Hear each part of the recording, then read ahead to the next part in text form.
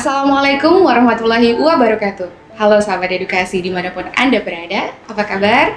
Semoga selalu dalam keadaan sehat dan tetap semangat. Senang sekali saya Weni Zahra kembali menyapa Anda dalam program Tanya Kesehatan. Sahabat edukasi, topik kita kali ini sangat menarik, yaitu cegah penyakit jantung rematik pada buah hati kita. Dan untuk mengetahui lebih lanjut, saat ini sudah hadir di studio kita Profesor Dr. Herlina Dimiati, spesialis anak konsultan. Assalamualaikum Prof. Waalaikumsalam warahmatullahi wabarakatuh. Iya, apa kabar Prof? Alhamdulillah, pada pagi hari ini sehat walafiat. Kita bisa berkumpul di ruangan ini untuk memberi edukasi kepada sahabat-sahabat Rumah Sakit Umum Zainul Abidin. Alhamdulillah Prof. Terima kasih ya Prof sudah datang di studio kami. Iya Prof, pembahasan kita hari ini sangat menarik nih Prof. Penyakit jantung rematik. Apa sih Prof? Bisa dijelasin? Nah, kalau mendengar kata rematik itu pasti analoginya, problemnya itu pada sendi. Iya. Kebanyakan di masyarakat seperti itu. Penyakit jantung rematik ini merupakan salah satu penyakit jantung didapat akibat komplikasi dari demam rematik akut. Demam rematik, Prof. Nah, ini muncul pertanyaan baru nih, demam rematik. Apa itu Prof kira-kira? Nah, ini demam rematik sebenarnya di masyarakat kita untuk kelompok pasien anak itu banyak kita temukan. Merupakan komplikasi daripada infeksi saluran napas atas. Nah, kuman yang menyebabkan infeksi saluran napas tersebut kita kenal dengan namanya kuman Streptococcus beta hemolyticus grup A. Jadi penyakit anak-anak yang paling sering itu kan memang batuk pilek. Itu kalau dilakukan pemeriksaan, kuman terbanyak penyebabnya itu adalah kuman Streptococcus tadi. Sayangnya kalau kuman itu tidak termusnahkan dengan sempurna atau bahasa kita tidak sembuh dengan sempurna, kuman tersebut mengandung protein yang mana proteinnya itu mirip dengan protein bagian-bagian jantung, terutama protein katup jantung. Nah, yang demam rematik tadi pengobatannya harus tuntas. Kalau tidak tuntas maka terjadilah komplikasi pada katup yang kita kenal dengan nama penyakit jantung katup atau penyakit jantung rematik. Oke. Nah, satu Prof. Tadi saya dengar ada bakteri Streptococcus beta hemolyticus grup A. Prof, boleh sedikit Prof, ini penularannya bagaimana ya Prof? Nah, karena dia merupakan kuman yang paling sering hidup atau suka hidup pada saluran napas kita, maka penularannya itu adalah penularan dari saluran napas ke orang-orang lain. Itu melalui udara ya Prof? Makanya ada konsep bagaimana etika batuk yang benar. Nah, kalau kelompok anak, etika batuk ini kan masih memang belum menjadi hal-hal yang utama, karena pada saat dia berbatuk akan mengeluarkan kuman tersebut, orang di sekitarnya yang seusia anak itu potensi untuk terjadi infeksi. Ya, seperti itu ya Prof ya, apalagi anak-anak tuh bergaulnya di lingkungan sekolahnya gitu ya Prof, kemungkinan untuk menular sangat tinggi, sangat besar. Kemudian Prof, tadi Prof katakan bahwasanya gejalanya batuk pilek. Bagaimana kita membedakan batuk pilek biasa dengan batuk pilek yang disebabkan karena bakteri ini, Prof? Sebenarnya kalau kita menilai dari segi klinis tidak ada berbeda antara batuk pilek karena kuman A dengan kuman B atau kuman si Streptococcus ini. Nah, gold standar atau pemeriksaan utama untuk mengetahui bahwa ini adalah kuman Streptococcus dengan melakukan pemeriksaan swab tenggorokan. Jadi diambil swab dari tenggorokan si anak yang batuk pilek itu, dilakukan pemeriksaan laboratorium, maka bisa ditemukan kuman tersebut. Berarti untuk mendiagnosanya harus kita lakukan pemeriksaan dulu ya, Prof. mendiagnosa kuman streptococcus. Tapi kalau batuk pilek secara epidemiologi pada kelompok anak, penyebab terbesarnya tertinggi itu adalah Streptococcus beta hemolyticus itu. Prof, tadi ada Prof katakan demam rematik akut ya. Nah, itu gejalanya bagaimana, Prof? Oke. Bila seorang anak terinfeksi dengan kuman Streptococcus beta hemolyticus itu, yang grup A tadi, itu ada kurun waktu 2-4 minggu untuk terjadi suatu demam rematik akut. Nah, untuk mendiagnosis suatu demam rematik akut itu, kita ada memakai namanya kriteria Jones. Kriteria Jones itu ada kriteria mayor, ada kriteria minor. Kriteria mayor itu ada 5, yaitu yang dikenal dengan radang jantung atau karditis, kemudian radang pada sendi, dan dia banyak tempat, maka disebut poliartritis. Kemudian pada problem susunan saraf pusat itu akan muncul yang namanya chorea Sydenham. Kemudian kalau itu kita melihat ruam-ruam pada kulit, ada namanya erythema marginatum, dan bisa kita jumpai adanya benjolan-benjolan pada sendi-sendi, itu yang dikenal dengan nodul subkutan. Jadi 5 kriteria mayor ini, jika 1 apalagi 2 kita temukan pada anak yang 2-4 minggu setelah infeksi saluran napas, itu sudah kuat untuk menyatakan suatu demam rematik akut. Tetapi selain kriteria mayor, Jones juga membagi ada namanya kriteria minor. Kriteria minor itu diantaranya adalah demam, kemudian kalau dilakukan pemeriksaan laboratorium darah, kita akan menjumpai tingginya angka darah putih atau yang dikenal leukositosis, kemudian tingginya nilai laju endap darah, kemudian kalau dilakukan pemeriksaan rekaman jantung atau rekaman listrik jantung yang dikenal dengan elektrokardiografi, itu akan dijumpai gelombang, durasi gelombang PR itu memanjang. Kemudian kalau itu tadi dilakukan swab tenggorokan, ditemukan pasti si kuman streptococcus. Tapi kita kan tidak menunggu sampai minor itu ketemu.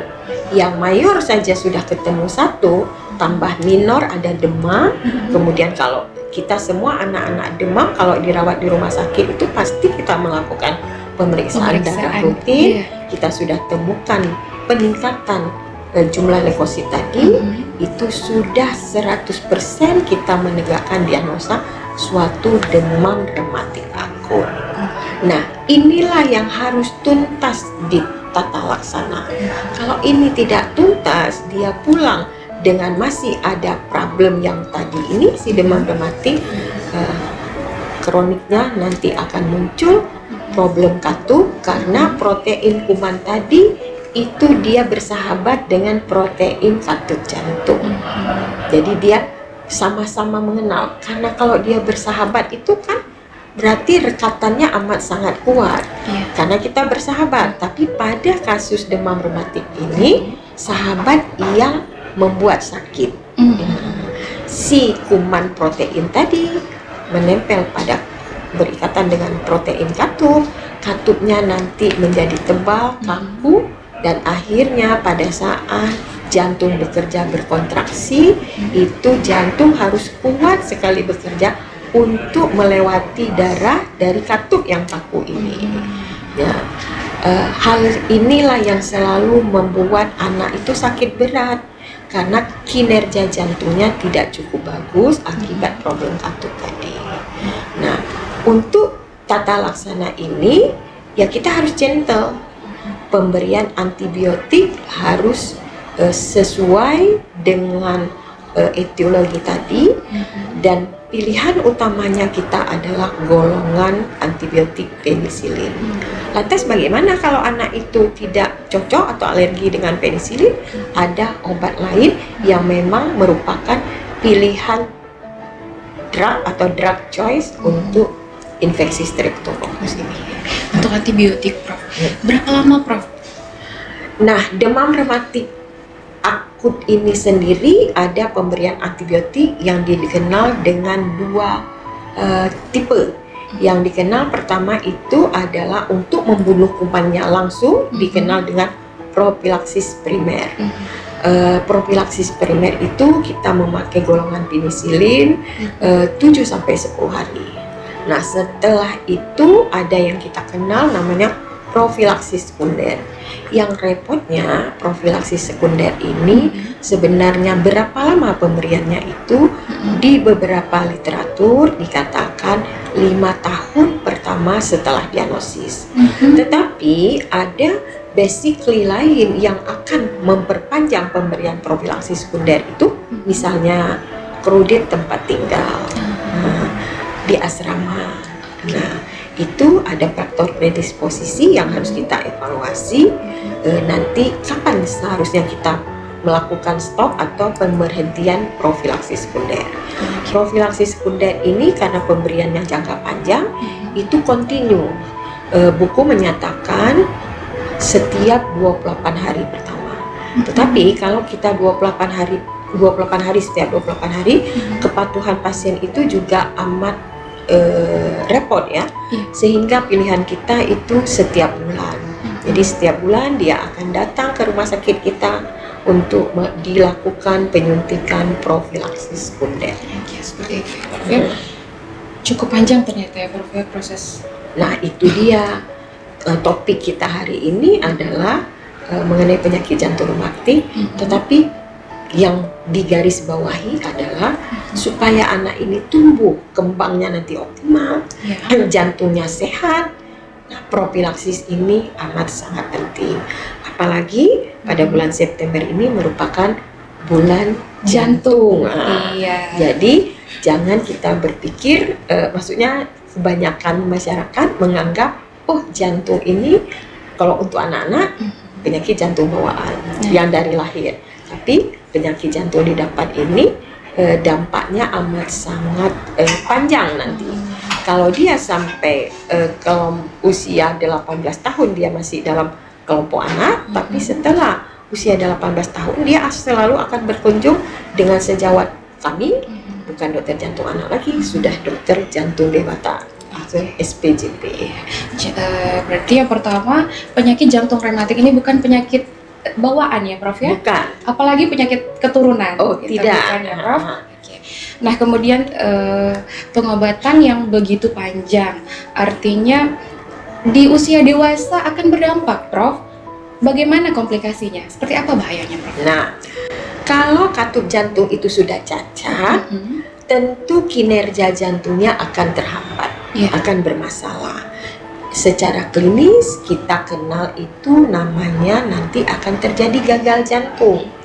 Untuk yang gagal jantung, selain obat-obat untuk kinerja jantung itu diperlukan, tetapi si katup yang cacat ini harus kita perbaiki. Perbaikinya ada 2 cara. Dengan repair, kalau kita cerita repair itu seperti menyulam ya, memperbaiki yang tebal-tebal lagi itu dikikis, dijahit kembali, itu punya kerjaan sejawat kita dokter bedah jantung. Tetapi kalau itu tidak bisa dilaksanakan, tidak mungkin memberikan hasil yang optimal, langkah selanjutnya adalah menggantikan katup. Itu namanya replace katup. Nah, repotnya penggantian katup ini karena dia mekanik, tentu dia harus bekerjanya smooth ya, nyaman bekerja kayak gitu. Nah, untuk pekerjaan yang smooth ini kita harus menyiapkan amat sangat ketat itu, darahnya itu tidak kental. Jadi tidak cukup setelah ganti katup beres. Setelah ganti katup itu kita harus menilai kekentalan darah. Nah, ada obat yang juga nanti akan dikonsumsi sepanjang hidupnya untuk pengentalan darah itu, agar darah tidak kental. Kalau darahnya kental, katupnya nanti jim seperti mesin mobil lah ya. Kalau kental, ya dia nggak bisa bekerja dengan smooth.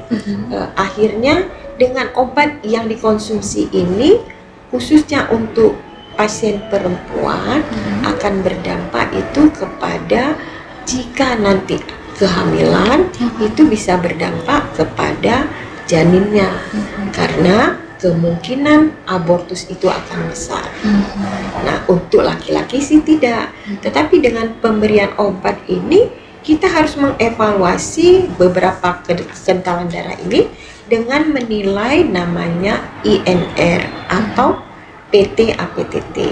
Jadi satu diganti bulanannya dapat profilaksi sekunder juga, masih dapat profilaksi sekunder juga, dan prepare untuk kekentalan darah ini setiap bulan harus diperiksa. Harus diperiksa ya Prof ya.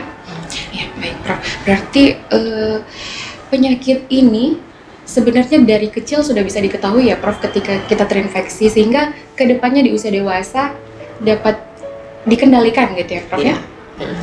Nah selanjutnya Prof, nggak kalah pentingnya ini bagaimana ya Prof ya cara masyarakat untuk mencegah terjadinya demam rematik sampai dengan komplikasi penyakit jantung rematik. Kunci pertama, jika seorang anak ini kan insidensinya itu paling sering antara usia 5 sampai 15 tahun. Nah, anak di usia balita itu kunci utama, jika batuk pilek, obatilah dengan tuntas. Nah, karena di masyarakat kita kalau anak batuk pilek, kuncinya sembuh itu adalah penurunan suhu. Jadi artinya kalau anaknya tidak demam lagi, itu orang tua itu menganggap sudah sembuh. Padahal demam itu merupakan salah satu efek dari infeksi tadi. Obat demam diberikan, tentu demamnya akan turun. Antibiotik awal diberikan 2-3 kali dia minum, mulai ada penghambatan profilaksis atau penghambatan dari pertumbuhan kuman yang mungkin klinisnya sudah mulai sembuh tapi tidak tuntas. Nah, kunci utamanya itu, kalau itu tidak tuntas, ya komplikasi-komplikasi tadi kemungkinan besar akan muncul. Jadi jangan menganggap remeh ya Prof ya, ketika ada gejala-gejala seperti yang disebutkan tadi, orang tua sebaiknya membawa ke dokter langsung ya Prof. Sampai saat ini kalau kita kenal dengan penyakit-penyakit infeksi kan ada kita kenal imunisasi. Nah, sampai saat ini pencegahan daripada infeksi kuman Streptococcus ini sampai hari ini itu vaksinasinya belum ada. Jadi cegahnya itu jangan terinfeksi infeksi saluran napas. Kalau terinfeksi pengobatannya harus tuntas.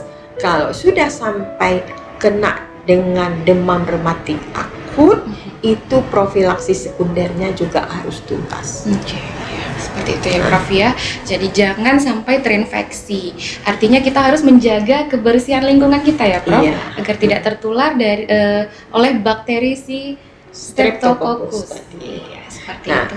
Cuman kalau Mbak Weni tadi bilang jangan sampai terinfeksi, nggak mungkin anak itu tidak terinfeksi. Anak-anak kita mobilitasnya tinggi, tapi itu dia konsep dasarnya. Kalau ada infeksi saluran napas atas atau klinisnya batuk pilek, obatilah dengan tuntas.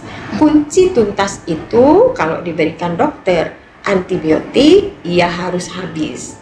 Bukan kuncinya itu tidak demam lagi. Harus habis dan teratur ya Prof ya.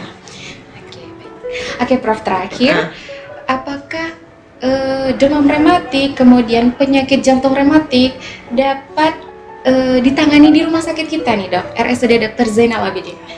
Bagaimana Prof? Oh, sangat bisa di rumah sakit kita, karena di rumah sakit kita baik profilaksis primer, profilaksis sekunder itu semua tersedia obatnya. Perawat kita sudah mahir menyuntik obat tersebut, karena obat ini yang profilaksis sekunder baik primer maupun sekunder itu penyuntikannya itu bukan ke dalam pembuluh darah, tapi penyuntikannya di otot. Jadi anak-anak itu memang amat sangat sakit penyuntikannya, tapi karena sudah mahirnya perawat-perawat kita itu, saya lihat di poli itu jarang sekali yang menangis. Padahal kalau disuntik itu sakit amat. Nah, obatnya ditanggung BPJS. Nah, bagaimana nanti kalau komplikasinya sudah terjadi cacat katupnya ditanggung BPJS, rumah sakit kita sudah sering melakukan penggantian katup, sudah sering melakukan repair katup oleh sejawat-sejawat kita, dokter bedah jantung, bedah torak kardiovaskuler. Nah, untuk yang dewasa juga bisa ditangani di rumah sakit kita sebelum sampai dengan operasi jantung. Itu untuk obat profilaksis sekunder. Obat profilaksis primer itu biasanya pada rawatan. Sekarang obat kinerja jantungnya bagaimana? Karena dia tidak cukup mendapat obat profilaksis tadi, tapi obat kinerja jantung juga harus diberikan. Semua obat untuk kinerja jantung itu ditanggung sama BPJS dan di rumah sakit kita ada. Oke, jadi jangan takut ya. Pertama akan ditangani oleh profesional, kemudian pasti dijamin oleh BPJS ya, Prof. Prof, terima kasih Prof sudah hadir sharing bersama kita di sini. Luar biasa sekali Prof, ilmunya sangat bermanfaat dan semoga juga bermanfaat untuk masyarakat seluruh Indonesia ya Prof. Sahabat edukasi, berakhir sudah perbincangan kita pada hari ini. Terima kasih kami ucapkan kepada tim hebat PKRS sehingga informasi ini dapat tersampaikan dengan baik. Kunjungi channel YouTube kami di RSUD ZA PKRS untuk mendapatkan informasi kesehatan lainnya. Dan jangan lupa like, comment, share, dan subscribe channel YouTube RSUD ZA PKRS. Saya Weni Zahra dan narasumber kita, Profesor Dr. Herlina Dimyati, spesialis anak konsultan, pamit undur diri. Assalamualaikum warahmatullahi wabarakatuh. Salam sehat, salam edukasi.